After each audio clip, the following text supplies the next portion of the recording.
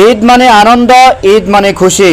সেই ঈদের খুশিকে ভাগাভাগি করতে লক্ষ্মীপুরের স্বেচ্ছাসেবী সংগঠন পথফুল ফাউন্ডেশনের উদ্যোগে গরিব ও অসহায়দের মাঝে ঈদ সামগ্রী বিতরণ করা হয়েছে।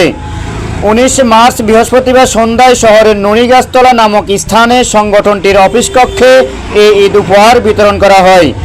ঈদ উপহার বিতরণী অনুষ্ঠানে ওই সময় উপস্থিত ছিলেন পথফুল ফাউন্ডেশনের প্রতিষ্ঠাতা সভাপতি মোহাম্মদ রুবেল, সাধারণ সম্পাদক মোহাম্মদ মহিম, সাংগঠনিক সম্পাদক মোহাম্মদ জাহাঙ্গীর আলম, সহ সাধারণ সম্পাদক মোহাম্মদ মোর্শেদ আলম, প্রচার সম্পাদক আজিম হোসেন জনি, অর্থ সম্পাদক বাবুল হোসেন বাবলু সহ আরও অনেকে।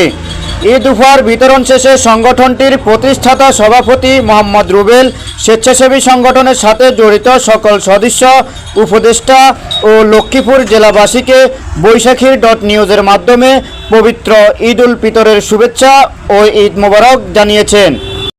বিসমিল্লাহির রহমানির রহিম। আমি পথফুল ফাউন্ডেশনের প্রতিষ্ঠাতা সভাপতি সাংবাদিক রুবেল। আমার পথফুল ফাউন্ডেশনের সকল উপদেষ্টা, সদস্য এবং জেলাবাসী সবাইকে আমি ঈদের শুভেচ্ছা জানাই। ঈদ মোবারক।